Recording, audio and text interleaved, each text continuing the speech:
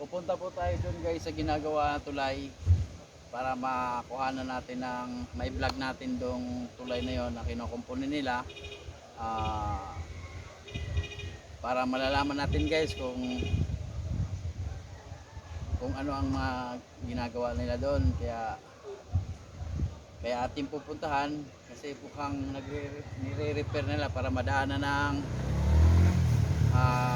heavy equipment trucks, wing van, kasi yung mga mabibigat guys na sasakyan makadaan na dyan. Kaya let's go, samahan nyo ako guys.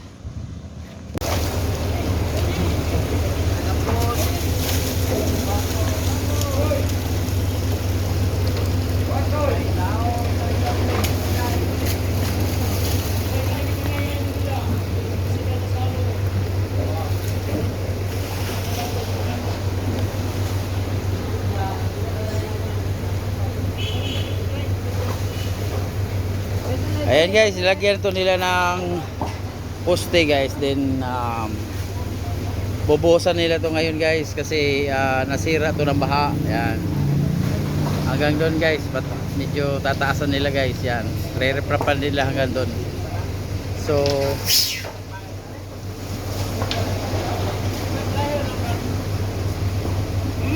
ito ngayon sila guys, back to work sila guys.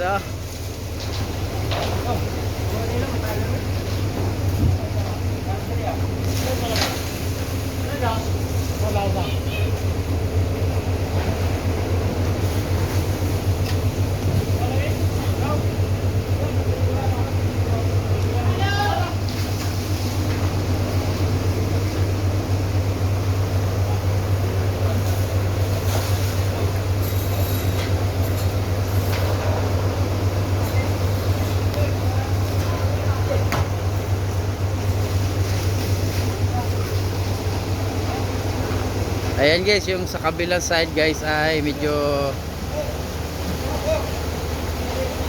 malapit na ito matapos guys. Yan, medyo mataas na guys. Oh.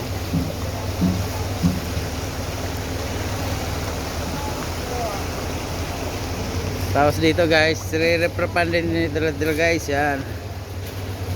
Yan guys, re-reprapan nila guys. Kaya maraming salamat sa kinaukulan na ginawa nila tong kinumpuni nila guys. So pagkatapos ito guys, siguro madadaanan na to ng mga heavy equipment trucks. Yan yung tulay guys.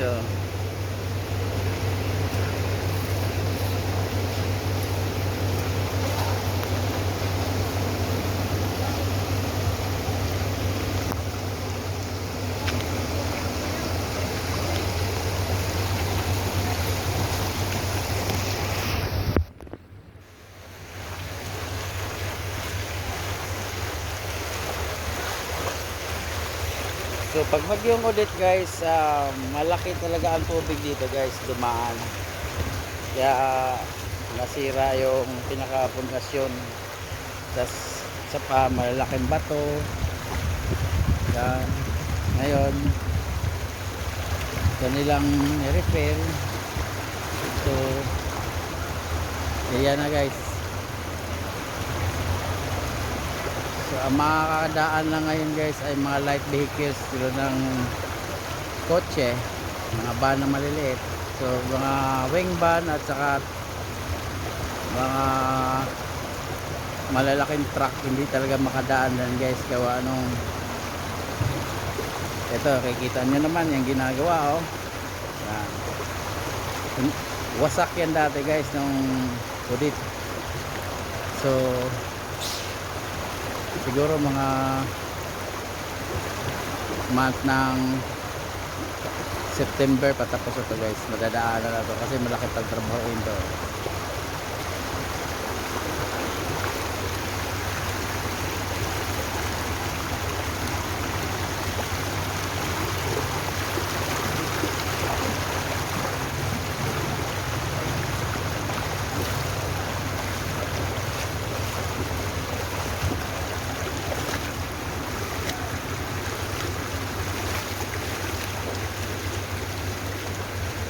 Afternoon, sir.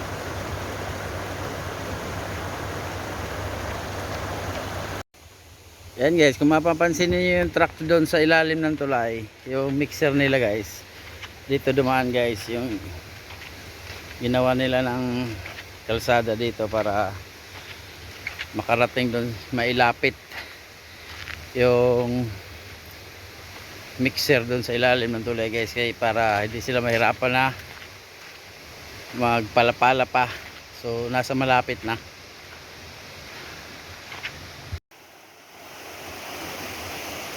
Yan guys, kung mapapansin niyo yan yung dinadaanan ng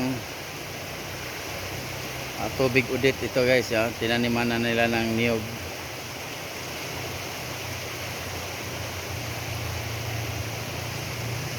Tapos yung may bahay doon yan, swerte yun at hindi naabot ng baha.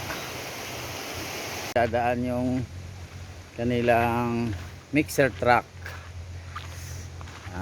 dito papunta doon sa Barangay Road.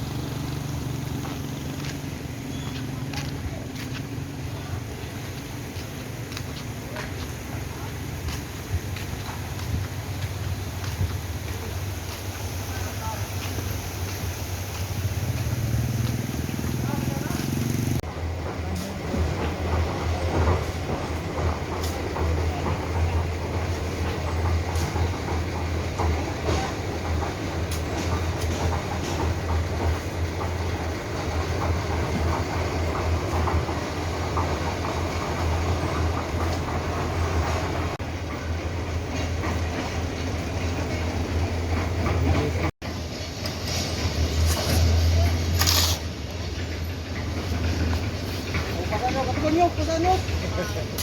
May bato pa ba sila ito?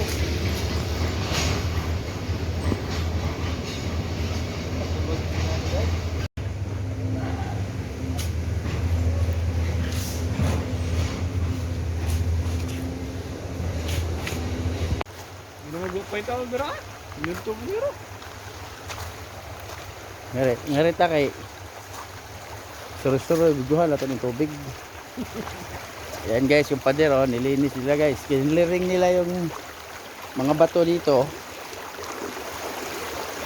Itinabay dyan. Yan. Ito. Okay. Dati guys, hindi ito ganito kalalim. Pantay ito halos sa kalsada. Ay ngayon, na malalim na. Lagpas 10 feet na ang lalim. Dito sa kabila mga 15 feet.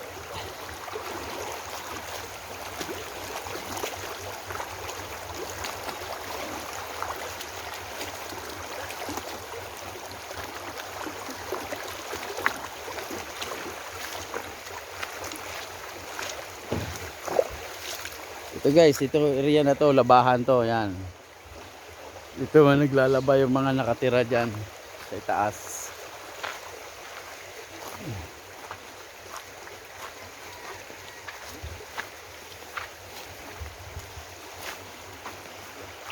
Yan mga kabuting-ting, yun doon sa napwestuhan ng bakho.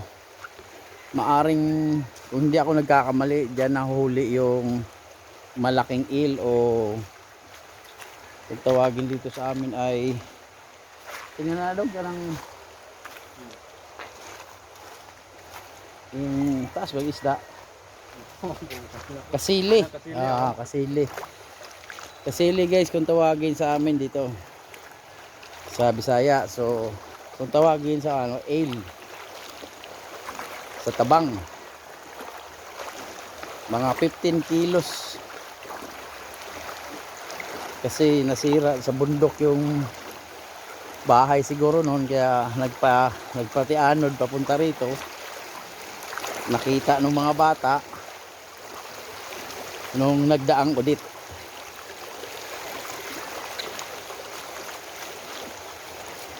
Ito guys, yung mapapansin niyo yan, yung mga bato na yan, oh. Hindi ganyan kalalim dati guys, oh. Ngayon malalim na.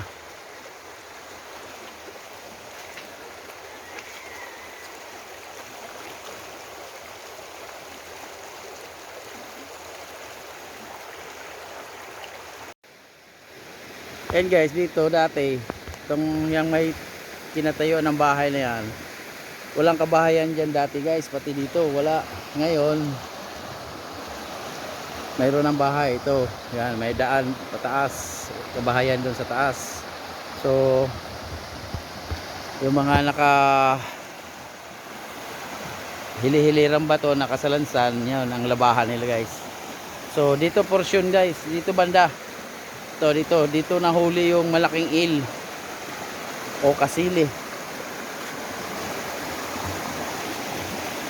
Sa after na ng audit, pagkatapos na ng audit, nahuli ang kasili dito, area na to. Kaya medyo mababaw ang tubig dito, kaya madaling nahuli. So yan guys, ang kanilang backhoe guys, nilinis talaga nila yung ilog, tinabi yung mga malalaking bato. So para dire-diretso yung daloy ng tubig.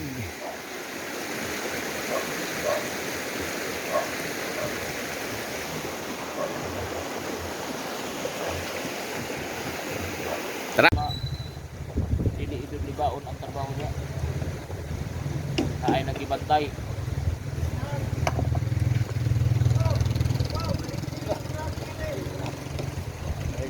Padok pa sa dito.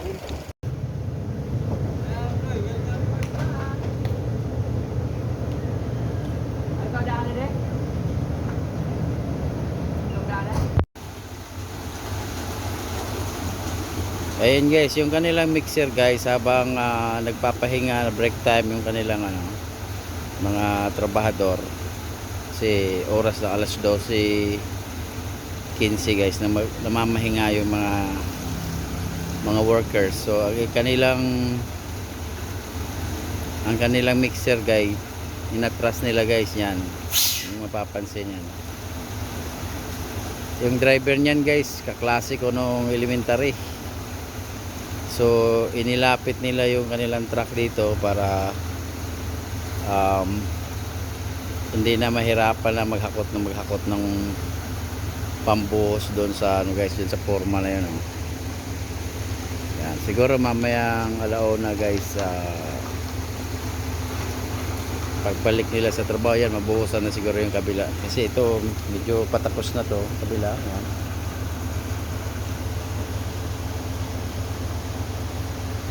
Tapos ito pa dito sa taas, nakaabang din yan guys, yung kanilang isang mixer nila guys.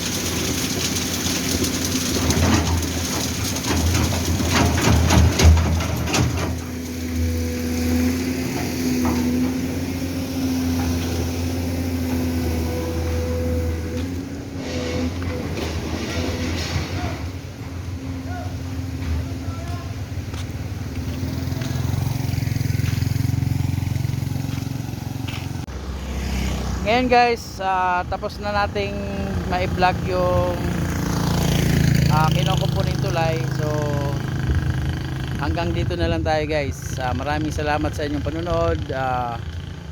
Huwag kayong mahiyang mag-like and share, comment and subscribe. Thank you.